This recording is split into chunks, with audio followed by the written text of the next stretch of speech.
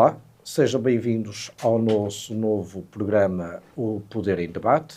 O Poder em Debate é um programa que foi acolhido aqui pela Rádio Transforma. Eu chamo-me Nuno Cruz e ao meu lado tenho comigo o Fernando Amorim, que irá conduzir esta série de debates que temos aqui preparados para que possamos ter um debate mais informado sobre a decisão a tomar no dia 18 de maio. Muito obrigado pela introdução. Esse projeto nós temos pensado há um tempo, vemos essa necessidade de trazer um programa que realmente tenha uma visão não tão neutra, mas uma visão mais progressista, pensando no povo, e que possa abrir realmente para um debate mais qualificado com pessoas que traremos aqui especialistas com áreas e visões diferentes da política portuguesa e mundial, e que acreditamos que é um plus para todos vocês em casa, para ajudar não só na decisão no dia de uma eleição, mas também nas suas decisões do dia a dia de como entender ou compreender a política que está disponível na televisão ou no seu dia a dia. Precisamente. Portanto, e antes de avançarmos para a explicação daquilo que poderão encontrar ao longo destes programas aqui no Poder em Debate, permitam-me apresentar. Eu chamo-me Nuno Cruz, conforme já mencionei, sou licenciado em Ciência Política e Estudos Eleitorais, sou mestre em Literacia dos Mídias, Informação e Cidadania Digital e, paralelamente com o Fernando, até porque isto já vem sendo maturado há algum tempo, somos também estudantes de doutoramento em Comunicação e Ativismo e foi nesse sentido que no decorrer das diversas conversas que fomos travando, sentimos a necessidade de termos um programa mais esclarecedor, mais informado, o mais neutro possível. Naturalmente, cada um de nós terá o seu posicionamento ideológico, mas procuraremos sempre, e é um compromisso que assumimos aqui perante todos vós, que a nossa análise seja a mais imparcial possível. E nesse sentido, e para nos ajudarem no decorrer dos nossos programas, contaremos sempre com a presença de um convidado esse que será sempre alguém de referência na sua área profissional. Traremos aqui académicos de renome, com também os seus posicionamentos, com as suas visões, mas a ideia é termos um debate que seja esclarecedor e que possa contribuir para o esclarecimento informado dos cidadãos na hora de votar. Isso mesmo, obrigado pela apresentação.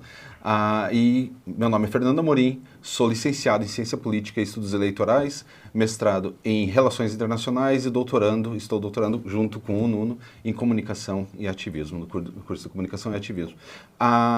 Também trago aqui uma pimentinha no programa se escutarem bem meu sotaque, acho que não precisa muito pensar, um pouco como o Nuno comenta, um alemão. Não, brincadeira. Sou um brasileiro que já estou há 20 anos fora do Brasil e migrando por alguns locais, né? Passei um tempo nos Estados Unidos e isso talvez ajude um pouco a ver a política de um jeito diferente, com a visão de quem esteve mais de 20 anos no Brasil, 14 nos Estados Unidos e agora já mais de 6 anos em Portugal, verificar mais ou menos como é visto pelos locais em cada um dos lugares e trazer um pouco dessa interpretação. Acredito que isso ajude muito, ajude um pouco pelo menos, na visão e na leitura dos acontecimentos.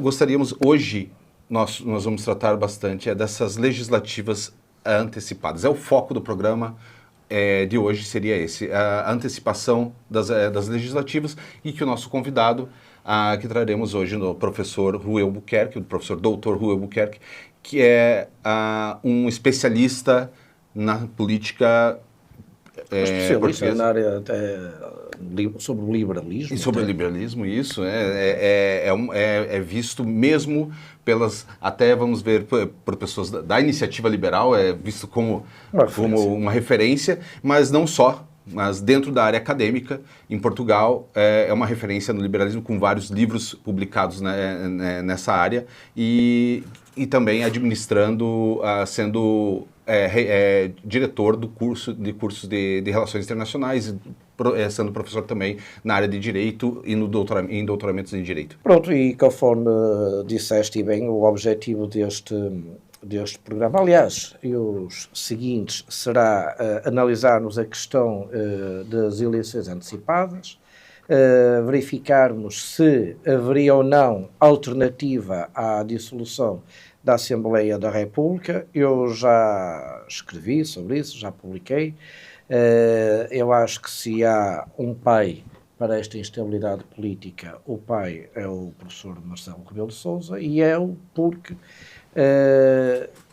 o país tinha uma Assembleia da República, tínhamos um governo eleito, tínhamos uma maioria parlamentar e o Presidente da República considerou que era pertinente devolver a voz aos portugueses, dissolvendo uma maioria estável governativa e lançando o país para este caos, em que, mesmo agora e segundo todas as sondagens, nada nos garante que o governo que vier a sair do próximo dia 18 de maio, que venha a ter condições de estabilidade para, pelo menos, assegurar os próximos quatro anos.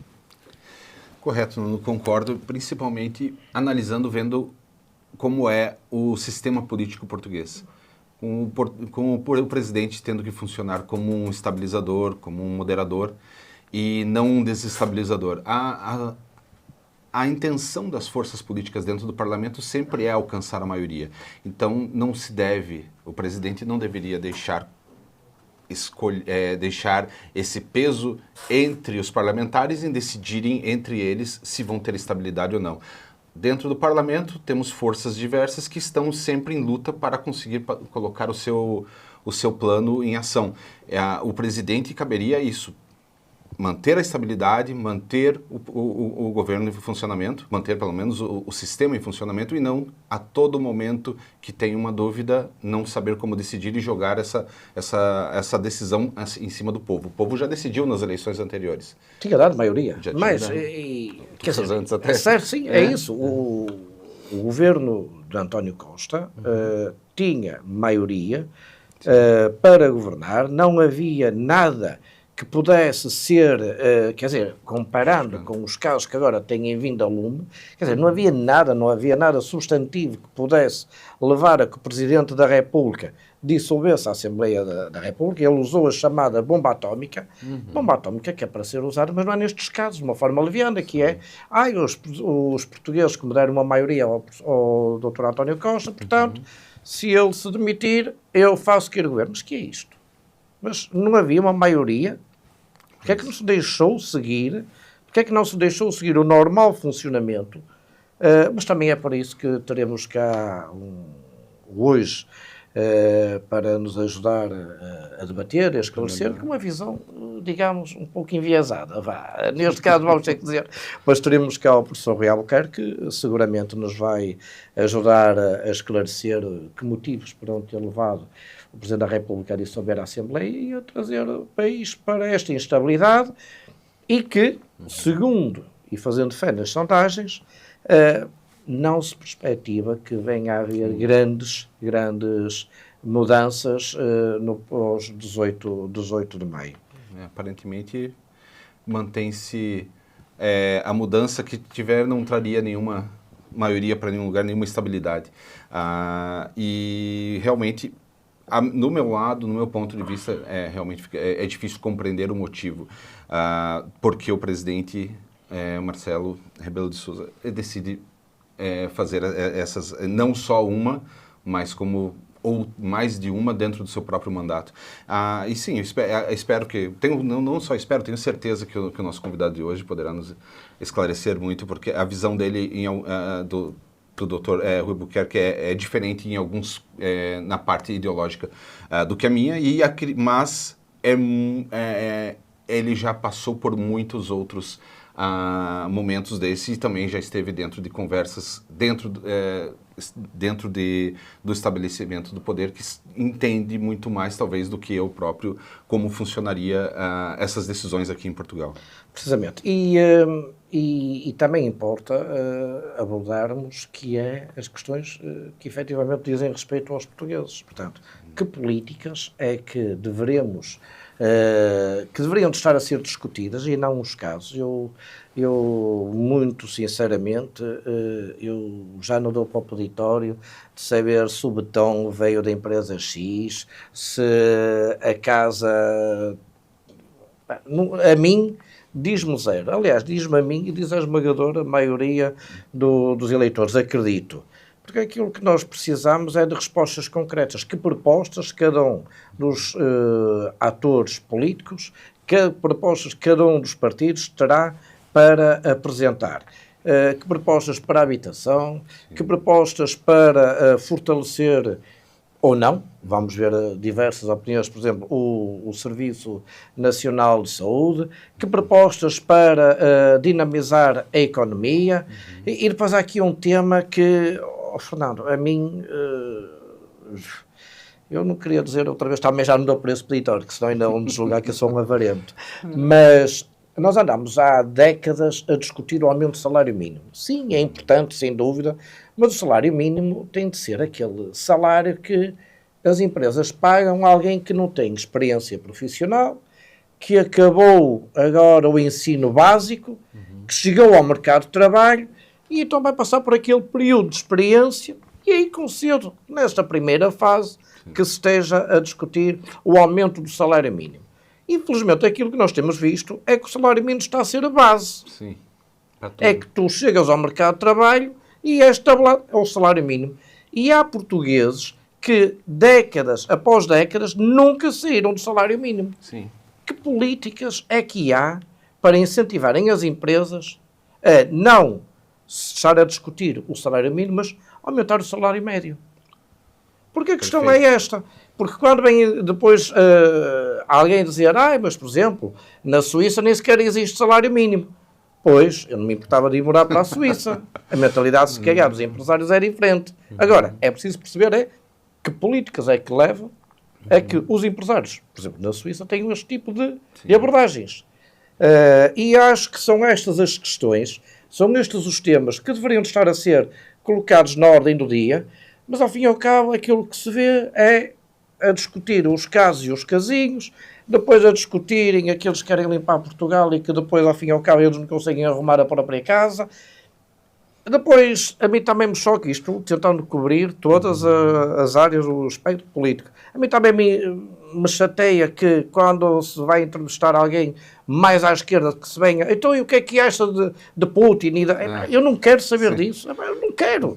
Bom, força. Não, desculpa, mas esse ponto realmente, como pegam principalmente o povo mais à esquerda, é complicado, mas hoje eu acredito que também é necessário que não deixemos de lado a discussão dessa parte da política internacional, principalmente da mudança que estamos tendo empurrada, né, para todos os países, tanto pela área de Trump como pelo lado de Putin ou Xi, para uma mudança mundial ou pelas armas ou pelas guerras econômicas. Também acho que é algo interessante de ser discutido como ficamos sem governo, como que um presidente derruba o governo num período onde está numa estabilidade mundial, a ordem mundial talvez sendo mudada, e Portugal fica engessado sem saber o que vai fazer.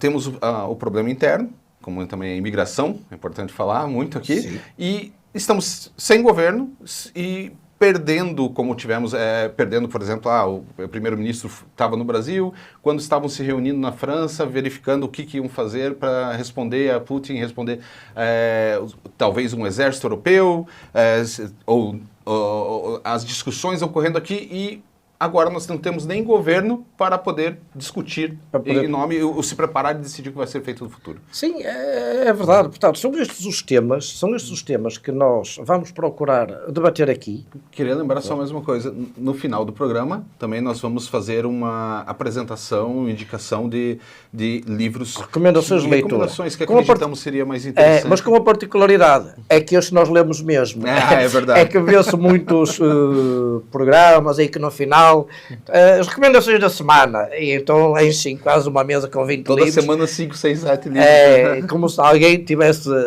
tempo útil de, numa semana, terem lido aquilo tudo. Não, as recomendações que nós vamos deixar são mesmo livros que nós lemos, que nós debatemos e, em alguns casos, até que trabalhamos. Sim. E, portanto, eu sei que o nosso convidado já chegou, portanto, nós agora vamos fazer uma pausa, que oportunamente isto servirá para apresentar uns produtos e uns livros que vamos querer também sugerir, mas para já fazemos aqui uma pausa para recebermos o nosso convidado, o professor Dr. Rui Albuquerque. Então, até já. Até já. Bem-vindos de volta ao Poder em Debate. Agora chegamos no momento central desse episódio. Como falamos anteriormente, fizemos uma pergunta que nós tentamos responder, mas que faremos novamente para o nosso convidado especial, que está à minha direita, professor Dr. Rui Albuquerque, que é mestre e doutor em Ciência Política e Relações Internacionais pela Universidade do Minho, e atualmente é professor auxiliar e subdiretor da Faculdade de Direito e Ciência Política da Universidade Lusófona do Porto. Principalmente para mim, o que me traz mais a vontade de poder entrevistar o professor é que o conhecimento dele nas áreas de histórias das ideias e constitucionalismo e o liberalismo me faz realmente querer saber a opinião dele sobre tudo isso que tem ocorrido aqui. Não sei se eu também quer... Não, aliás, nós quando lançamos o desafio ao professor Rui Albuquerque foi precisamente no sentido de saber qual é a sua opinião, que em muitos casos, vamos ser sinceros, divergimos ideologicamente, mas isto também é o bom que a democracia nos dá. E a pergunta que eu tinha lançado na primeira parte do programa foi: teria o Presidente da República outra alternativa que não a dissolução de uma maioria governativa estável, a dissolução do Parlamento, e que, de certa forma, e esta é a minha responsabiliza-me única e exclusivamente a mim, que eu considero o atual Presidente da República o pai da crise por ter lançado o país para esta instabilidade, e não se vislumbra, tendo em conta as sondagens que têm saído, qualquer tipo de grande solução no pós-18 de maio, e era isso que nós queríamos também saber. Muito obrigado. Bom, antes de mais, muito obrigado, Dr. Nuno, muito obrigado, Dr. Fernando, já que estamos professor para cá, não. Doutor para lá, é que nós somos amigos, tratamos é verdade. Sem cerimónia, portanto eu prescindiria do professor. Agradeço, mas prescindo. Bom, eu tenho muito gosto em estar aqui e a tentar ajudar com alguma comparticipação neste programa para tentar resolver algumas destas questões que são de facto importantes, mas eu começava com uma provocação. E qual era a provocação? Para vos dizer que quando o professor Cavaco Silva terminou o seu segundo mandato, eu na altura disse e escrevi que o Partido Socialista e a esquerda em geral iam ter saudades do professor Cavaco Silva. E eu escrevi isto porquê? Porque apesar do professor Cavaco Silva não ser uma pessoa simpática, não ser uma pessoa muito afável, conversadora, a interpretação que ele fez dos poderes presidenciais foi uma interpretação mais próxima do parlamentarismo. Com o professor Cavaco Silva, o governo do Dr. António Costa não tinha caído. Ele ia tentar, no contexto parlamentar, e era fácil, porque havia uma maioria absoluta do Partido Socialista, arranjar uma solução para um novo governo sem dissolver a Assembleia e sem provocar novas eleições. Volto a dizer, se vocês pensarem bem, foi sempre mais ou menos esta... Porque, reparem, nós temos um sistema semipresidencialista, mas de contornos mal definidos. E, consequentemente, cada presidente pode interpretá-lo mais no sentido de aproximar o sistema do Parlamento ou dele mesmo. O professor Marcelo Rebelo de Sousa fez sempre uma leitura semipresidencialista hard dos poderes presidenciais. Portanto, por isso é que ele achou que devia dissolver um Parlamento com maioria absoluta, que lhe podia garantir um outro governo e assim, escusando assim de ir a eleições. Ou seja, é evidente que era possível haver outra solução, a Constituição permite-o, nem sequer se corria o risco do governo não ter apoio parlamentar, porque muitas vezes o próprio Presidente, e nós tivemos isso em Portugal várias vezes, ao abrigo da Constituição de 1976, o Presidente pode, ele mesmo, tomar a iniciativa de constituir um governo, ou seja, nomear um Primeiro-Ministro, esse Primeiro-Ministro constitui um governo, faz o programa do governo, vai à Assembleia e a Assembleia aprova ou reprova. Como é evidente, se esse governo não sair dos partidos, muito dificilmente aprovará o seu programa e não entrará em funções. Nós tivemos isso com 3 governos, tivemos com o Nobre da Costa, com o Mota Pinto, depois com a engenheira Maria Lourdes Pintacil, houve um acordo para 100 dias, portanto o governo foi viabilizado por 100 dias e ao fim de 100 dias fizeram-se eleições. Agora, quando um governo tem maioria no Parlamento, nós só tivemos um caso antes deste em que o Presidente optou por dissolver o Parlamento, que foi o caso do governo do Dr. Santana Lopes. Só que o caso do governo do Dr. Santana Lopes tinha uma maioria parlamentar, mas não era sequer de um só partido, era de 2 partidos. E houve ali alguns incidentes à margem, digamos, do sistema político que justificaram ou que legitimaram a decisão do Presidente. Neste caso não, neste caso era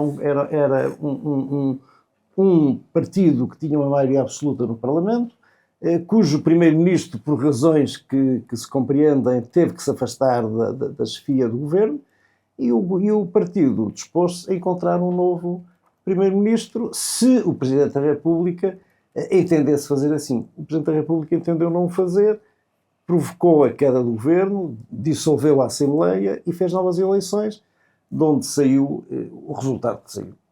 Sim, mas também convém só...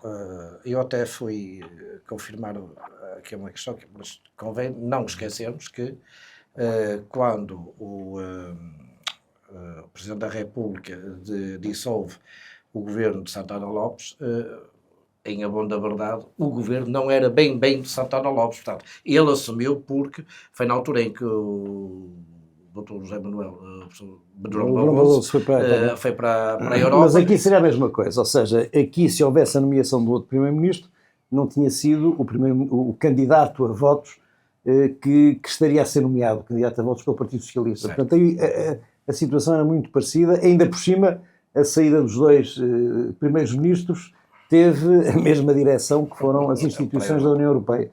Mas aquilo em que se refugiou o professor Marcelo Rebelo de Sousa foi numa coisa em que ele costuma ser useiro e vezeiro, como se costuma dizer, que é pressionar e levar, digamos, ao limite a pressão. E ele fez isso antes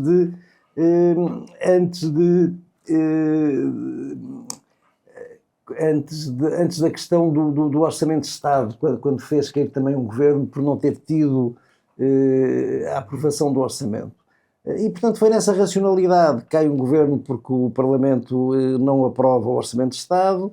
A seguir, ele tinha dito que ia dar o governo ao Dr. António Costa, porque entendia que o Dr. António Costa é que tinha protagonizado a candidatura, quer dizer, o que é um disparate, porque nada na Constituição o diz, pelo contrário, ninguém elege primeiros-ministros, ninguém vota para o primeiro-ministro, votam-se listas de deputados e depois o partido mais votado, o Presidente convida o chefe de partido a formar governo. Foi a leitura que ele fez, por isso é que eu disse no início desta nossa conversa que o Partido Socialista ia ter saudades do professor Cavaco Silva como Presidente da República, porque garantidamente ele não teria feito como fez o professor Marcelo Rebelo de Sousa. Força. Não, o que é ver é também que mencionar aqui que tínhamos uma parte tentar identificar sobre a eleição que está vindo, o que o senhor não, o que o Rui acredita que sairia, porque nós debatemos muito sobre isso também, que as pesquisas atuais, apesar que não temos tendo como acreditar muito nas pesquisas nas últimas eleições ou nos últimos pleitos, mas tudo indica é que sairia mais ou menos no mesmo modo. Esta eleição dia 18? Nessa do dia 18. Não mas nessa do dia 18 sairia algo como não tendo uma maioria, nenhum dos partidos, provavelmente o PSD na frente novamente. Então, o que o senhor acredita o que o Rui acredita que aconteceria a formação do governo, ou que traria uma estabilidade ou manteria... Fernanda, eu não vou dizer, eu nestas coisas nunca digo aquilo que gostaria que acontecesse. Okay. Eu digo aquilo que acho que vai acontecer, e aquilo que vai acontecer, em minha opinião, é uma maioria absoluta entre o PSD, entre a AD e a Iniciativa Liberal. A única hipótese que há disso não acontecer é o Chega crescer, porque o Chega vai buscar votos à AD, sobretudo a Iniciativa Liberal nem tanto. Se o Chega crescer bastante, e as últimas sondagens que eu vi põem-no com 17 e qualquer coisa por cento, porque isto é como aos vasos comunicantes, os votos não são inelásticos, portanto tem que ser de algum lado, portanto, ou há votos para uns ou há votos para outros, não há votos para todos ao mesmo tempo, em grande quantidade. Mas, portanto, se o Chega a crescer, vai buscar votos ao PSD e o AD vai diminuir. Eu acho que esta eleição vai depender um bocadinho dos debates. De facto, os debates televisivos são importantes, mas eu acho que há uma grande probabilidade de haver uma maioria absoluta entre a Iniciativa Liberal e com a AD. Ou se não houver uma maioria absoluta, eles vão ficar muito próximos dela, o que vai dificultar bastante qualquer derrubo de um governo que tenha uma maioria... ainda que não absoluta, que seja muito confortável. Portanto, se isso acontecer, temos governo para 3 anos. Se houver maioria absoluta, teremos um governo para 4, obviamente. Se o PS e o PSD ficarem taco a taco, temos governo para 1 ano. Sim, vai ser mais mesmo. Então, já agora, e pegando aqui na conversa, aquilo que as sondagens nos estão a mostrar é que com 40% de indecisos, isto significa que não há nenhum partido que esteja efetivamente a ser mobilizador, ou seja, que consiga fazer diminuir a taxa dos indecisos. Isto pode nos levar a...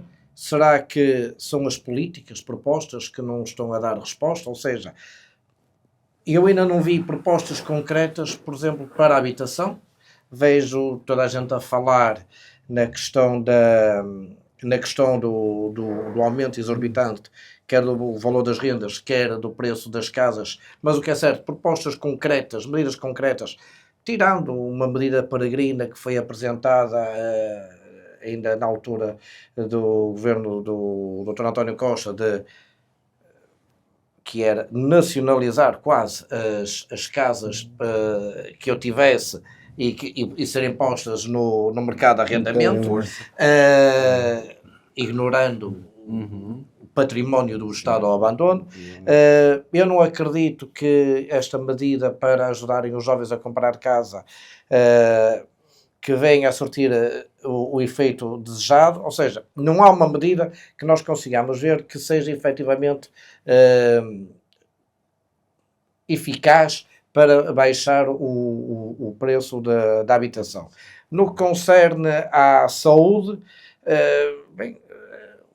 temos visto cada vez mais, a notícia é urgências e maternidades fechadas, quer dizer, e não acredito que alguém numa situação de urgência, a primeira coisa que faça seja, eu antes de ir ao hospital vou ligar para saber se me atendem, para saber se está lá um médico para me cuidar, portanto, não acredito também que seja solução. E depois tem a ver com os salários. Toda a gente fala no aumento do salário mínimo, mas eu ainda não vi nenhuma proposta concreta para o aumento do salário médio.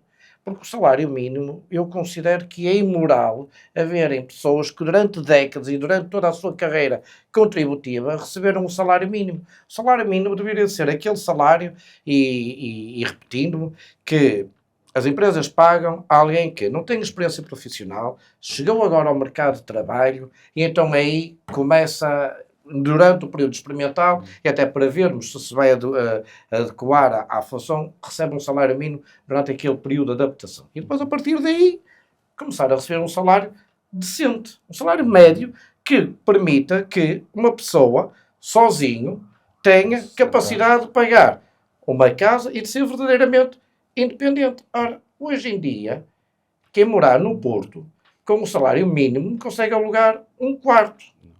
E é isto que está a ficar, a sufocar gerações e gerações. É que já não se fala dos mais novos, são gerações inteiras e se calhar, será através daí que um dos sintomas que não esteja a permitir a taxa de indecisos diminuir. Portanto, a ideia era, numa visão assim, se calhar mais à direita... Não é à direita nem à esquerda, é objetiva. Vamos lá ver. A quantidade grande de indecisos não tem a ver, do meu ponto de vista, com propostas programáticas. Ninguém lê as propostas programáticas. Quando muitas pessoas prestam atenção a um debate ou outro, mas quando vão ver um debate da televisão, vão ver o debate do seu candidato, é porque já gostam dele e, portanto, vão ficar à espera que ele esmague o outro e, portanto, não estão à espera que ele desvende para os segredos da forma de transformar as vidas das pessoas profundamente. Portanto, qual é o critério do desinteresse que muitas pessoas têm pela política? É perceberem que os partidos não têm utilidade. Ou seja... Mas também não há democracia sem partidos. Nem isso é outra coisa. Vamos lá ver. Vamos lá ver. Qual foi a utilidade, por exemplo, de votar nestas últimas eleições no Chega? Quando o Chega era expectável que reparem, vocês tiveram uma maioria gigante de direita no Parlamento, que não teve liderança política. Não conseguiu eleger o Presidente da Assembleia da República. Pronto, mas vamos lá ver. Então a questão é esta, as pessoas pensam, vale a pena votar neste, e aliás isto aconteceu nas últimas eleições da Madeira, vale a pena votar neste partido para quê? Este partido não vai para o governo. Este partido vai servir, inclusive, para deitar abaixo um governo que, bem ou mal, é um governo considerado de direita, quando eles são de direita também. E a mesma coisa se aplicou ao Bloco de Esquerda há uns anos e ao Partido Comunista. O Bloco de Esquerda e o Partido Comunista esvaziaram eleitoralmente porque as pessoas perceberam que mais valia votar no Partido Socialista do que a votar nos bens sucedâneos. Portanto, reparem, neste momento nós temos uma taxa grande de indecisos, que eu acho que são sobretudo indecisos à direita. Foram estas pessoas que olharam para aquilo que aconteceu nesta última legislatura, viram ali uma maioria enorme no Parlamento que não serviu para nada. Tanto que não serviu para nada que um ano depois estamos em eleições outra vez. E agora elas perguntam, então vou votar em quem? Se eu voto no Chega, acontece a mesma coisa. Se eu voto... Portanto, o que é que eu acho? Acho que esse número, que é muito expressivo, vai reduzir à medida que nos formos aproximando das eleições e nós só podemos consolidá-lo no dia das eleições. No dia das eleições é que podemos saber se o número de indecisos se manteve ou se acabou por diminuir, porque as pessoas, entretanto, tomaram decisões. Bom, eu acho que vai diminuir. Bom, segunda questão, a questão da habitação. Isto é muito simples. Eu, aliás, uma das coisas que a história nos ensina, e aliás o Marx aí tinha alguma razão, é que as coisas estão sempre a repetir e repetem-se inicialmente como tragédia e depois como comédia. Reparem, tudo isto acontece há muito tempo. A única forma que nós temos de ter acesso a um bem a preços mais acessíveis é multiplicar a sua existência. Ou seja, isto aconteceu, por exemplo, com este objeto que nós aqui temos.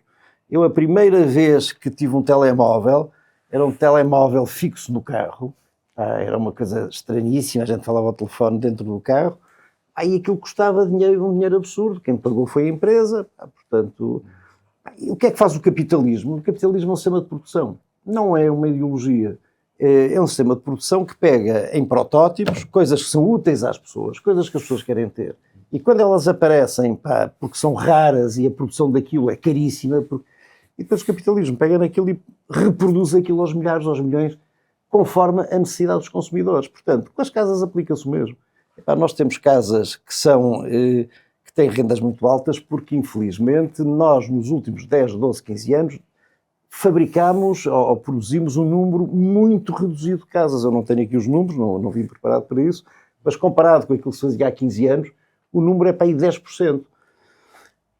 Ainda por cima, com a vinda crescente de turistas que fazem aqui investimentos, compram casas, e ainda bem que as compram, porque é dinheiro a entrar, e, portanto, há menos casas do que aquelas que seriam desejáveis. Ou seja, quais são, do meu ponto de vista, as medidas boas para se fazer baixar o preço das casas, ou o preço das canecas, ou o preço dos telemóveis, ou o preço dos livros. É fabricar mais. E depois chama-se isto uma lei da economia, que é a lei da utilidade crescente.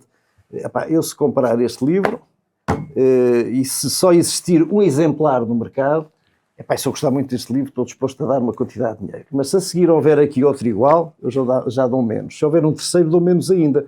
E o valor deste terceiro vai ser infinitamente mais baixo do que o valor deste que aqui está. É exatamente a mesma coisa daquela ideia dos copos de água no deserto. Pelo primeiro eu sou capaz de dar o que quer que seja, pelo segundo já estou com a minha sede mais saciada, já dou menos, pelo terceiro se calhar já nem dou nada. Façam isso com as casas e vão ver que as rendas vão baixar. Indexado ao problema das casas está o problema dos salários, como é evidente. Nós em Portugal é um país até relativamente barato para os europeus. As coisas, mesmo em termos de habitação, por exemplo, nós fomos aqui a Vigo, que é uma pequena cidade espanhola, vemos que as casas são tão ou mais caras do que no Porto. Portanto, o grande problema nem é o preço das coisas, mas o grande problema que nós temos em Portugal é o preço de um fator essencial na produção, que é o trabalho. Porquê é que as empresas pagam mal? Por muitas razões, mas essencialmente uma razão fundamental do meu ponto de vista é que têm que pagar muitas outras coisas, e têm que pagar muitas outras coisas a preços elevadíssimos, nomeadamente têm que pagar impostos que são impostos muito altos. E nós temos um problema em Portugal com o nosso tecido empresarial, que é o facto de nós termos uma economia de pequenas empresas. Uma pequena empresa nunca poderá pagar grandes salários, em parte nenhuma do mundo. Só temos uma empresa pequenina, temos um volume de negócios pequenos, e portanto o que é que nós precisamos ter? Temos que ter grandes empresas. Isso, aliás, é uma coisa que eu acho piada. Há uma certa esquerda que demoniza as grandes empresas. Eu, por mim, quanto mais melhor. Uma grande empresa, habitualmente, é uma empresa que paga bem aos seus trabalhadores. Eu vi isso, por exemplo, na terra... é um grande exemplo. Eu vi isso aqui na terra deste senhor, aqui do Fernando. Eu vivi 7 anos no Brasil. E geri escolas, faculdades, colégios, não sei o quê. Nós, para aguentarmos um bom profissional, seja professor, seja funcionário, seja diretor de colégio, um diretor de um colégio bom, custa-nos olhos da cara. E mais, nós contratamos ao fim de 2 anos ele vai-se embora. Porquê? Porque tem ali ao lado quem lhe paga melhor. Qual é a diferença? É que nós temos ali grandes empresas de ensino, com muitos recursos, estão a concorrer umas com as outras, porque esse, aliás, é um erro que vocês cometem, vocês entre aspas, que a esquerda comete quando avalia aquilo que é a lógica do mercado. A lógica do mercado não é a de haver apenas propriedade privada. É evidente que na lógica do mercado a propriedade privada, aliás, toda a propriedade é privada, mesmo quando nós temos a propriedade estatizada, ela está sempre a servir a alguém. Basta nós vermos, por exemplo, o que aconteceu na extinta União Soviética, e nós sabíamos quem é que beneficiava, como aliás hoje na Rússia nós sabemos que quem beneficia da chamada propriedade pública são os oligarcas, que vivem faustosamente enquanto o resto do povo vive miseravelmente. Janela e tal. Alguns vão caindo. Mas o que eu estava a dizer, agora perdi-me um bocado, estamos a falar das grandes empresas. Das grandes empresas. Em São Paulo, nós, para aguentarmos neste setor da educação, que é um setor altamente concorrencial, era isso que eu estava a dizer, não basta as empresas serem privadas, tem que haver concorrência livre, e de facto os salários no Brasil, comparados, salários homólogos aqui em relação a Portugal, são 2, 3 vezes maiores do que aquilo que se paga em Portugal. Na cidade de São Paulo. A cidade de São Paulo tem 14 milhões de habitantes, tem mais habitantes do que tem Portugal. E outra coisa que aliás me espantava é que são as pessoas que se vão embora. Quantas vezes tive pessoas que vinham falar comigo e dizer, olha, Rui e tal, gostei muito de estar aqui, mas eu vou-me embora. Mas você vai-se embora para onde? Vou ali. Uma vez tive uma diretora do meu colégio, que era uma grande diretora, que se foi embora para ir trabalhar para a editora Abril. Onde lhe pagavam muitíssimo bem, onde ela ia realizar um projeto de vida que já tinha há muito tempo, e foi-se embora. Mas isto é frequente. Outra coisa que me impressiona, nós temos leis ainda muito rígidas de trabalho. Nós temos, por exemplo, a ideia, em tempos levei ao Brasil o Dr. Jorge Leite, coitadito, que já morreu, pá, que era um grande académico, que era do Partido Comunista, mas era um tipo excelente, era de facto uma excelente pessoa e um excelente académico. Ele foi lá fazer a especialidade dele era o direito de trabalho. E ele foi lá fazer uma conferência sobre o direito de trabalho e começou a dizer, então, direito de trabalho, esta questão do despedimento com justa causa é um princípio fundamental do Estado de Direito, e começou a olhar para ele. No Brasil, o despedimento é livre. É livre. E não nos esqueçamos que durante 12 anos o governo esteve nas mãos, e ainda agora voltou a estar, de trabalhistas e de sindicalistas. O despedimento é livre. Isto, para nós, de facto, aqui em Portugal, é uma questão quase civilizacional. Eu fiquei, quando o despedimento aqui, não, basta, faz a conta, passa ali no coisa, levanta, não sei o quê. Há ali uma responsabilização, porque se a empresa despede sem justa causa, tem que assumir parte dos custos que cabem ao Estado no apoio ao trabalhador. Acho muitíssimo bem. Se for com justa causa, já não tem que o fazer. Já a responsabilidade é do trabalhador. Nós pensamos que isto é a abertura a um sistema selvagem de relação entre o trabalhador, entre a empresa e o trabalhador. Não é. Por várias razões. Desde logo, as pessoas contratam muito mais e sem qualquer problema. Não tem problema nenhum em contratar lá uma pessoa. Aqui, para se contratar alguém, é sempre mais difícil, porque nós sabemos que ao fim de 3 renovações de contrato, a pessoa fica efetiva. Em segundo lugar, aqui se não aparecer alguém a dizer, não é dizer, se nós percebemos que alguém foi despedido de um sítio qualquer e tal, as pessoas olham sempre de lado para o currículo. Lá é uma coisa perfeitamente normal, ninguém tem esse preconceito. Ninguém tem esse preconceito.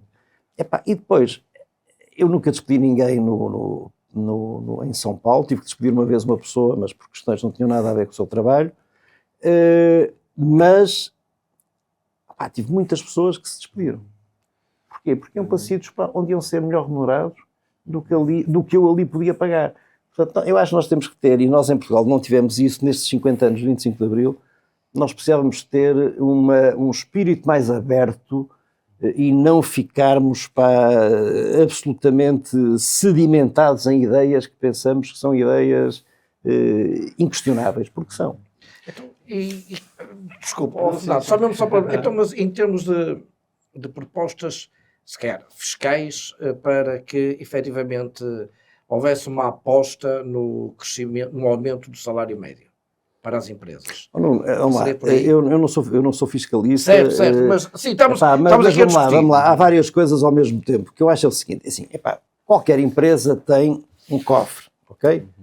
O cofre tem lá dentro dinheiro. Este dinheiro é o dinheiro que vem dos serviços prestados pela empresa. Eu vendo sapatos, entra-me aqui o dinheiro, pronto, ok. Imaginem que no mês vendi 1 milhão de euros de sapatos. Se o Estado chegar aqui e levar, através de várias taxas e de vários impostos, levar metade, eu só fico com 500 mil. E é com estes 500 mil que eu depois tenho que continuar a atividade da empresa, pagar aos trabalhadores, pel, e por aí fora. E, portanto, não é a mesma coisa eu ter em caixa 500 mil ou ter 1 milhão. Eu compreendo a lógica, só aquela provocaçãozinha, eu compreendo a lógica, mas o que é certo é que quando há uns anos atrás houve a diminuição do IVA da restauração, isso não se verificou uma diminuição do preço. Não se pode fazer uma política destas. Há uns anos, aliás, foi uma das grandes frustrações que a direita teve em Portugal, ou pelo menos, porque na maior parte da direita é estatista, é como tu. Sim.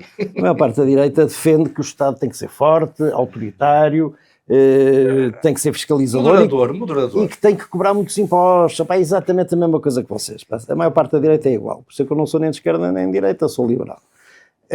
Mas o que se passa de facto é isto, é que para se mexer efetivamente na estrutura tributária de um país não é num pequeno imposto, tem que se olhar para o conjunto. Há uma coisa que para mim é evidente, se eu tiver, volto à caixa da empresa, se eu tiver 1 milhão posso fazer algumas coisas, se só tiver 500 mil posso fazer metade daquilo que posso fazer com 1 milhão. E a outra questão interessante, sobre a qual vocês raramente se atrevem a falar porque têm má consciência, é saber para onde é que vão estes 500 mil. Eu tenho algumas sugestões. Vamos eu explico-te. Há uma escola, isto é assim, a ideia que nós temos, que é uma ideia generosíssima, que é a ideia de redistribuição.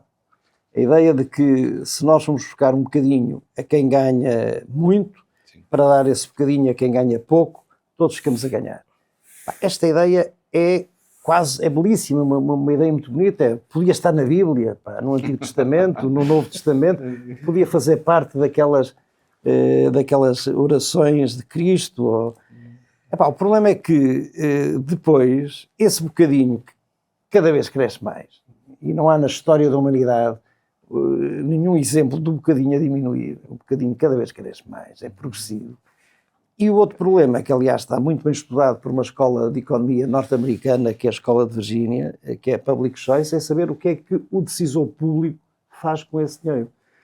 Porque é como dizia o outro, uma coisa há duas maneiras de gastar dinheiro, o nosso e o dos outros. Quando ainda por cima não há responsabilidade em regimes democráticos para o mau uso das verbas públicas, um tipo pode gastar o dinheiro quase naquilo que lhe apetecer, e chega ao fim, se correr mal, ninguém lhe pede responsabilidades. Se eu for dono de uma empresa e levar a empresa à falência, eu vou responder criminalmente por isso. E é por isso que os empresários têm um bocadinho mais cuidado do que têm os políticos na gestão dos recursos.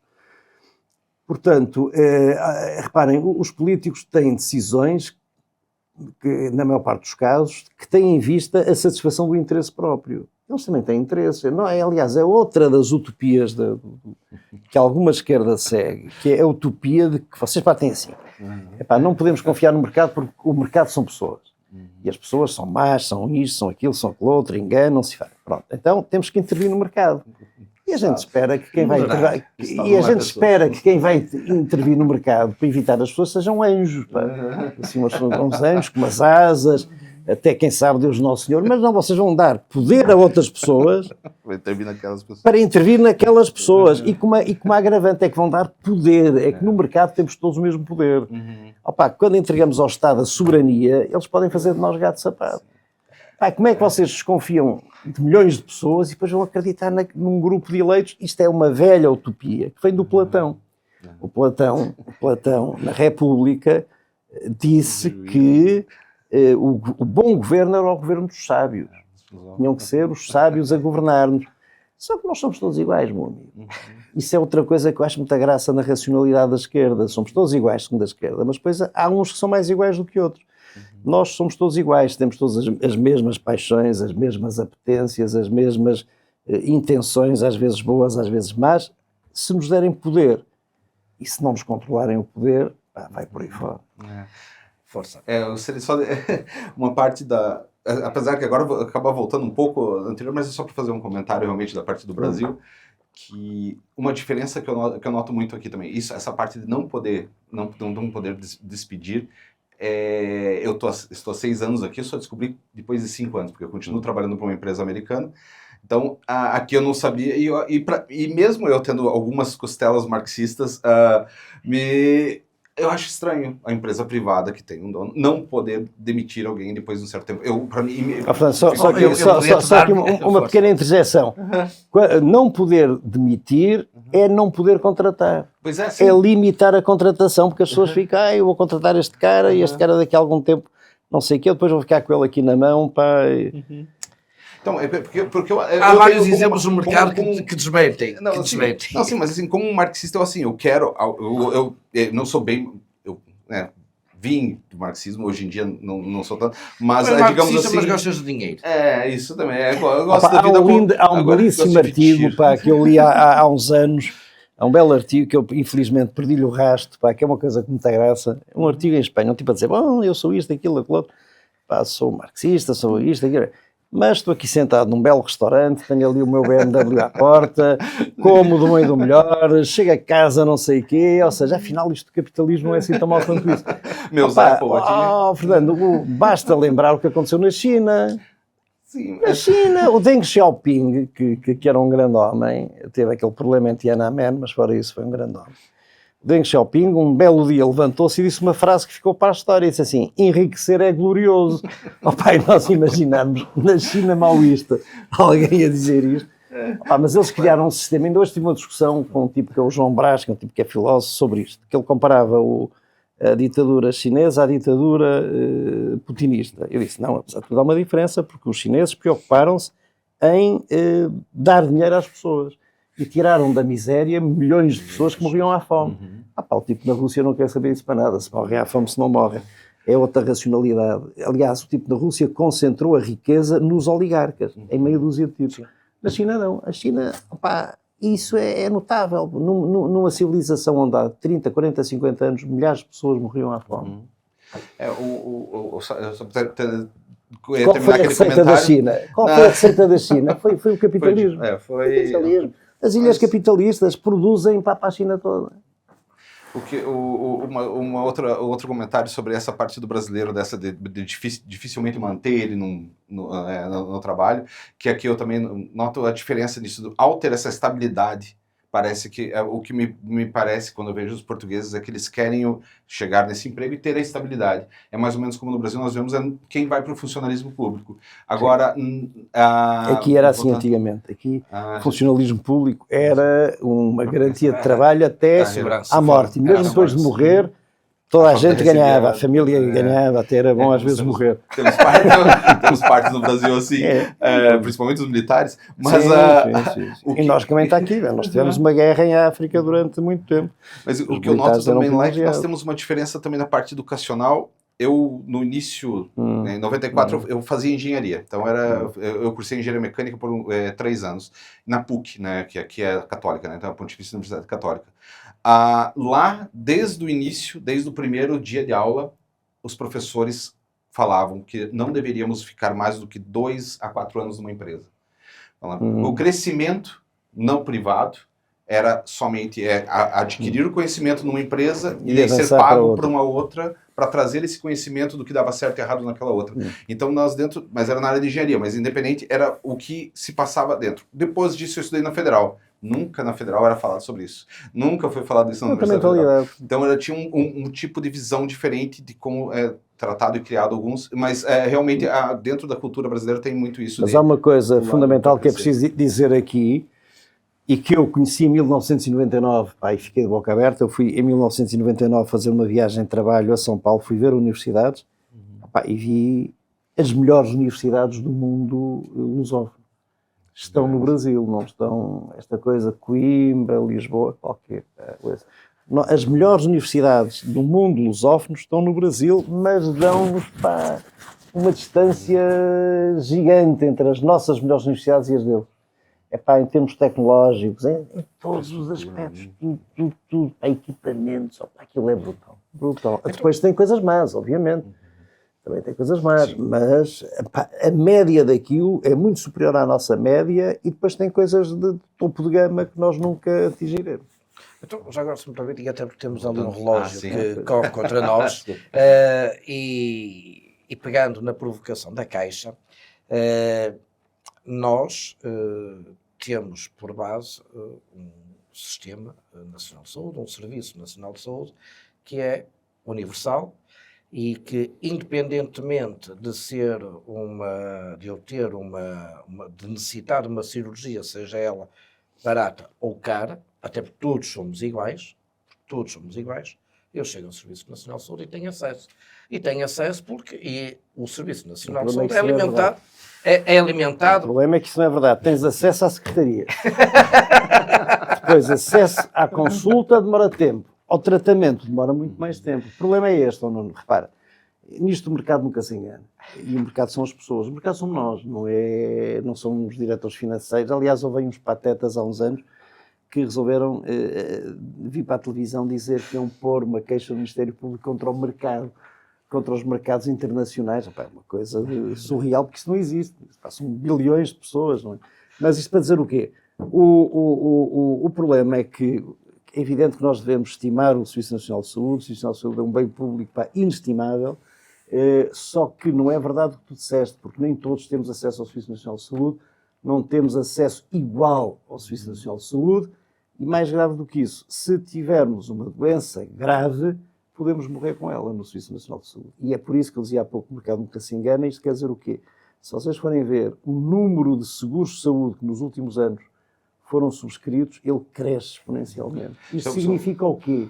Significa que as pessoas sabem que um dia, se precisarem a sério, do SNS, ele pode falhar. Eu gostaria de só comentar Vai essa até ao parte plafond, vai até ao plafond. Porque esgotando o plafond, vai para o Eu SNS. gostaria de comentar isso porque, por exemplo, eu, né, voltando ao marxista, uso um plano de saúde, acho que não vou dizer para ser processado, mas é um plano de saúde, eu pago muito bem para ter minha esposa e meus Eu não filhos. pago nada. Fernando, pago muito bem. Fernando, e porquê é que tu não confias no Então, Serviço Nacional de Saúde? Não, isso, pá? eu confio. isso que eu vou comentar aqui. Então, eu pago muito bem e eu normalmente vou no hospital, que também não vou dizer o nome, mas que é porque evitar processos aqui. Um hospital aqui pela Mas Beira. que é um hospital muito bom, privado, e toda vez nós vamos lá na emergência lá e tudo mais. O problema é, a emergência nossa é de dor de cabeça ou coisa assim, porque quando fica muito ruim, já vimos vários outros, chega o bombeiro e leva para pro... Isso é outra conversa. Espera aí, eles no Brasil têm uma coisa muito engraçada. Não vivo sem plano de saúde. Vocês no Brasil, o que é o seguro de saúde faz parte do contrato, inclusive da negociação coletiva. Sim. Há para certas, por exemplo, os professores todos têm direito a um seguro de saúde pela negociação coletiva. E depois o que é que acontece? Como ele diz, têm uma dor de cabeça, vão para o hospital. Estão sempre a ir para o hospital, porque aquilo está dói-lhes um dente, vão para o hospital. Nós aqui só vamos para o hospital quando já estamos a morrer, praticamente. Mas o Nuno estava a dizer que não tem seguro de saúde. Que idade é que tu tens, Nuno? 48. Ninguém me usa. Não, mas parece mais novo. Eu faço o meu som de beleza. Mas daqui daqui por algum tempo vais fazer um para ti, para a tua família. É uma questão de garantia. Agora, também é verdade que há certa tecnologia que só existe no Estado. Quer dizer, mas ainda bem, porque nós pagamos impostos para alguma coisa. Agora, pagamos impostos. Agora, por exemplo, eu vi que a minha mãe teve um tumor no colo do útero. A minha mãe já morreu há 10 anos, mas ela sobreviveu àquilo porque foi para uma clínica privada. Porque nós fomos ali ao IPO e a consulta era não sei para quando, e depois logo se veria quando é que não sei o quê. E a senhora morria porque o cancro não para. Não é? Certo. Depois há uma outra coisa que nós não falámos aqui, mas que também é verdade, que é o favorzinho, que no Serviço Nacional de Saúde, todos nós sabemos, funciona. E eu vou dizer outra coisa, ainda bem, porque assim salvam-se algumas vidas. Era ali o Nuno a rir-se, sabe bem que isto é verdade. Nós, muitas vezes, passamos à frente da fila. Está bem? Eu acho que está mal. Eu ia dizer que, como imigrante, não tem isso, mas teve uma brasileira aí que queimou essa desculpa agora, né? Então não tenho como falar isso. Quanto à Caixa, só dois aspectos. Quanto à Caixa, que o Nuno voltou a falar na Caixa, a esquerda tem, aliás, alguma esquerda, não é toda, felizmente que não é toda, mas tem uma coisa muito engraçada, que é o complexo da Caixa Forte do Tio Patinhas. Vocês leram o Tio Patinhas? Sim. Lembram-se, o Tio Patinhas acordava de manhã, tinha uma caixa forte cheia de moedas, e aquilo que mais o alegrava era tomar banho nas moedas, e depois antes de deitar tomava banho nas moedas, para além de ser uma enorme porcaria. Eu tenho a dizer que isso não é verdade. Isso não é... Quando vocês dizem assim, a riqueza não sei de onde está concentrada nas mãos de 7 ou 8 pessoas, isso também não é verdade. Porque a concentração de riqueza não é nos bolsos, não é na caixa forte do Tio Patinhas, é em empresas que, por sua vez, geram emprego, que geram riqueza, que produzem. Portanto, isso é que é a concentração de riqueza. É em empresas, em atividades produtivas. Portanto, não vale a pena acalentar esse ódio ao capital. Não é ódio. A esquerda tem duas coisas que eu digo. É o capital, o grande capital, e o lucro. E esse é o vosso grande defeito. Não é. O meu problema, é que o sem lucro lucro é ninguém sai privatizado, o lucro é privatizado e as falências são nacionalizadas.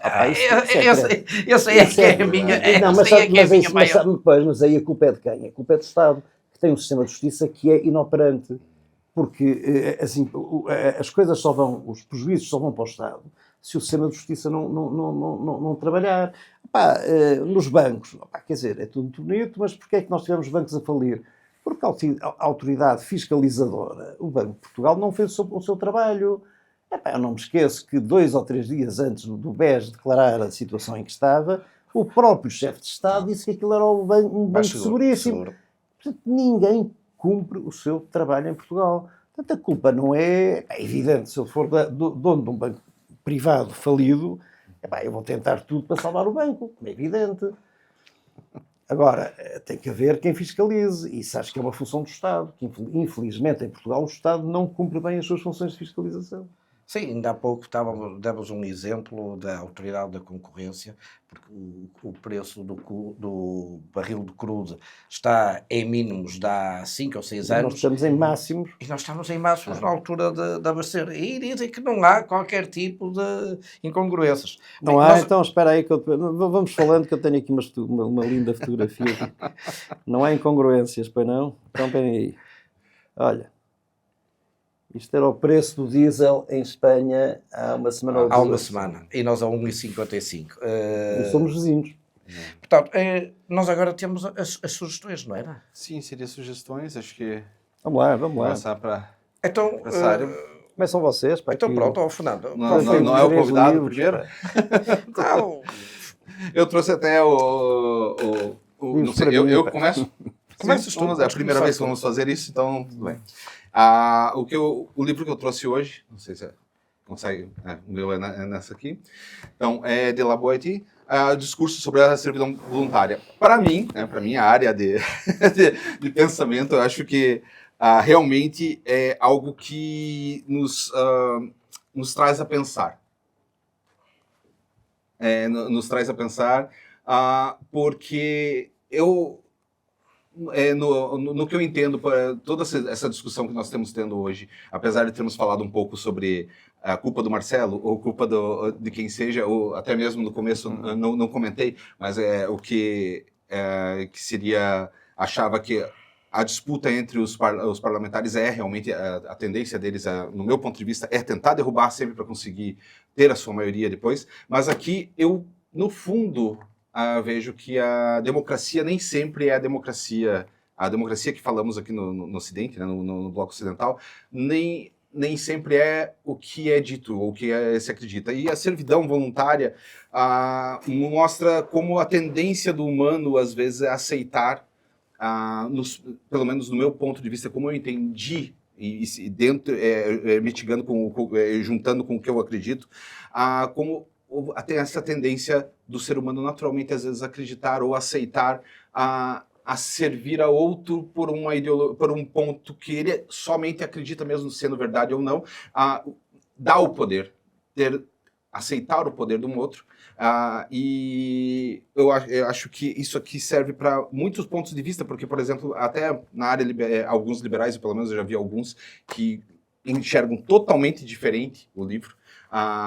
Marxistas veem de um outro jeito e socialistas keynesianos também vão ler e entender de outro jeito. Mas, para o meu lado, eu vejo que, como divergindo muito do que da natureza humana, falado por muitos, eu vejo que aqui notamos que o humano ainda, em parte, tem uma parte animal e não tão racional, onde o medo ou, às vezes, a conveniência ou tudo influencia dentro da nossa construção em sociedade, da nossa construção humana na sociedade. então eu se calhar apresentava eu o meu próximo livro e Olha lá, qual é o teu? Mostra lá. Portanto, eu trago um livro que é do Vicente Valentim, já vai na segunda edição da Gradiva, que tem por base uma tese europeia de ciência política. Aliás, ganhou o prémio Jean Blondel e é para quem quiser perceber a forma como a extrema-direita e como o populismo tem vindo a capitalizar e a afirmar-se na nossa sociedade. Esse livro é mesmo uma boa leitura e recomendo para quem quiser perceber melhor o fenómeno. Muito obrigado. Só já agora 2 comentários sobre o conformismo. De facto, há uma tendência grande das pessoas para o conformismo. O Michael Oakeshott, que era um velho, era inglês, já morreu, conservador inglês do século XX, dizia que a natureza humana era naturalmente conservadora porque nós mexermos dá trabalho. E, portanto, não, mas diz isto com muita piada. Dizia assim, nós só nos mexemos quando pressentimos que vamos melhorar a nossa situação. Aí mexemos. Em relação ali, assim, ao livro já agora do Nuno, eu tenho também aqui o meu, mas gostava de comentar, a única maneira do meu ponto de vista, normalizar normalizar não é no sentido de legitimar, é de a civilizar a extrema-direita, é fazer o que fez o Dr. António Costa à extrema-esquerda, é trazê-la para a periferia do sistema. e responsabilizá-la. Porque os extremos crescem porque não têm responsabilidades e porque quando ninguém lhes pode pedir. Portanto, é exatamente o contrário daquilo que estão a fazer, em minha opinião. Eu acho as linhas vermelhas uma forma de encher a extrema-direita.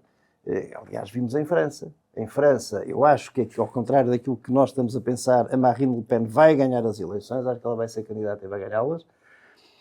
E ela foi o pai dela foi uma criação do François Mitterrand, que lhe deu troco para esvaziar os partidos do centro e da direita, os republicanos, e a certa altura aquilo era um monstro. E é um monstro que, sendo ostracizado, vai mais tarde ou mais cedo para o poder. Se o chamarem para a mesa do orçamento, vão ver que eles amaciam logo. Bem, qual é a minha sugestão? A minha sugestão é este livro que aqui está. É talvez o livro que eu considero, enfim, não posso dizer que seja o mais bem escrito que li, já li algumas coisas, mas este é impressionante. Isto é um livro do Oliveira Martins. O Oliveira Martins o José Pedro Oliveira Martins era um socialista romântico da segunda metade do século XIX portuguesa, era um historiador, era um pensador, era político. Sendo socialista romântico é muito engraçado porque era miguelista, portanto era um adepto deste senhor que aqui está, que era tudo menos socialista e era tudo menos romântico já agora. E este livro conta a história daquilo que foi o século XIX português depois da morte do Dom João VI. Isto é uma história que de facto dava para uma grande saga, para um grande filme, porque é uma história dramática, 2 irmãos desavindos, provoca uma guerra civil, pessoas, família, ainda hoje, para terem uma ideia disto, ainda hoje há famílias de monárquicos que não se falam dentro das famílias uns com os outros, porque uns são defensores de Dom Pedro, outros são defensores de Dom Miguel. Já lá vão 200 anos, mas ainda hoje isto deixou estas consequências. Este livro é muito bem escrito, pode ser lido como quem lê um romance. Este é apenas o primeiro volume, depois há um segundo volume, e eu recomendo que seja lido por qualquer pessoa que goste de boas histórias. E de boas histórias muito bem contadas, com a vantagem desta ter sido uma história verdadeira. Bem, resta-nos agradecer. Agradeço a todos a disponibilidade. Agradeço o convite, foi um prazer. O nosso próximo convidado podemos já anunciar, que é o professor António Tavares. Portanto, o modelo será este. Eu gostaria também de pedir aqui que deem um like. Não esqueçam de dar o like no canal, sigam. E partilhem. E também estamos abertos aos comentários, a debates. Quem escrever na caixa de comentário, nós vamos responder. Portanto, e mais uma vez, muito obrigado e até ao próximo programa. Muito obrigado.